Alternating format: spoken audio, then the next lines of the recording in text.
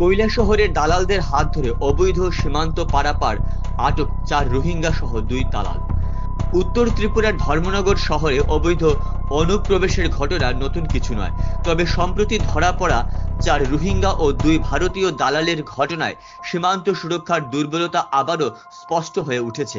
গতকাল বিকেল 3টায় গোপন সূত্রে খবর পেয়ে বিএসএফ কৈলাসহর ব্রাঞ্চের জওয়ানরা ধর্মনগরের রাজবাড়ী এলাকার আইএসবিটি থেকে এই 6 জনকে আটক করে। ধৃত রোহিঙ্গারা হলেন জাহির আলম, বয়স 32, মমতাজুল হক, বয়স 35, মিনারা বেগম, বয়স 18 ও এক নাবালিকা, বয়স 15। তারা মায়ানমারের নাগরিক হলেও বাংলাদেশের রোহিঙ্গা ক্যাম্পে বসবাস করছিলেন। তাদের ভারতীয় দালালরা হলেন ঊনকোটি জেলার কৈলাসহরের আব্দুল মনির, বয়স 45 এবং যুবরাজনগরের কামরুল হোসেন, বয়স 30। ধৃতদের একজন জানান, মাথাপিছু 25,000 টাকা দিয়ে তারা দালালদের সাহায্যে কৈলাসহর সীমান্ত অতিক্রম করে ভারতে প্রবেশ করেছেন। তাদের উদ্দেশ্য ছিল বদরপুর হয়ে দিল্লি পৌঁছানো, যেখানে তারা কাজের সন্ধানে যেতে চেয়েছিলেন। বিএসএফ এর কাছে আগেই তথ্য ছিল যে কয়েকজন বাংলাদেশি নাগরিক বেআইনিভাবে সীমান্ত অতিক্রম করেছে এবং সেই ভিত্তিতেই তারা অভিযান চালায়। তবে এই পুরো ঘটনার মধ্যে বেশ কিছু প্রশ্ন উঠছে।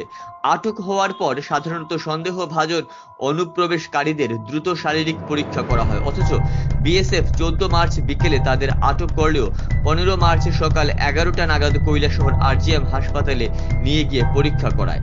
কেন এত বিলম্ব হলো তা নিয়ে জনমনে সংশয় তৈরি হয়েছে। সীমান্তে নিরাপত্তা ব্যবস্থা করা না থাকলে এমন ঘটনা বারবার ঘটতে থাকবে। দালাল চক্রের সক্রিয়তার পাশাপাশি নিরাপত্তার ফাঁকফোকরও স্পষ্ট হচ্ছে।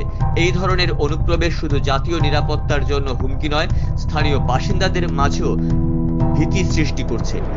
তাই প্রশ্ন উঠছে, সীমান্ত সুরক্ষায় কি প্রশাসন যথেষ্ট উদ্যোগ নিচ্ছে?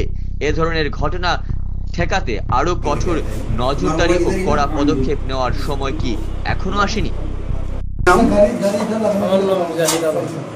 তো বিএসএফ আপনাদের আটকেছে এখানে কবে আসছেন? কালকে রাতে। কিভাবে আসছেন? কোন দিকে? কৈলাসহর। কে নিয়ে আসছে? এখানে তো ছিল একটা নাম তো ইকবাল, বাংলাদেশি। কোথায় যাবেন আপনারা? আমি যাবো দিল্লিতে। দিল্লিতে? বাড়ি কোথায় আপনার? আমার বাড়ি তো বার্মা, রোহিঙ্গা। কত টাকা দিয়ে আসছেন ওদেরকে? আমার থেকে 25,000 টাকা নিয়েছে। 25,000? ওখানে পৌঁছায় দেবে 25,000 টাকা বিনিময়ে? আমি ডক্টর সুমঙ্গল সরকার। কি দায়িত্বে আছেন আরজিএম হসপিটালে? আমি আরজিএম হসপিটালের ইমার্জেন্সি মেডিকেল অফিসার। আমরা জানলাম যে সীমান্ত পেরিয়ে কয়েকজন এসছে এবং এখানে বিএসএফ আপনাদের কাছে নিয়ে এসেছিল মেডিকেল পরীক্ষার জন্য। কজনকে নিয়ে এসছে? টোটাল 6 জনকে নিয়ে আসা হয়েছিল। এদের মধ্যে পুরুষ এবং মহিলা কতজন? পুরুষ 4 জন, মহিলা 2 জন। এদের শারীরিক পরীক্ষায় আপনারা কি দেখলেন? তেমন তো কিছু পাওয়া যায়নি। বা তাদের তরফ থেকে কিছু বলা হয়েছিল? না, তেমন কিছু বলা হয়নি।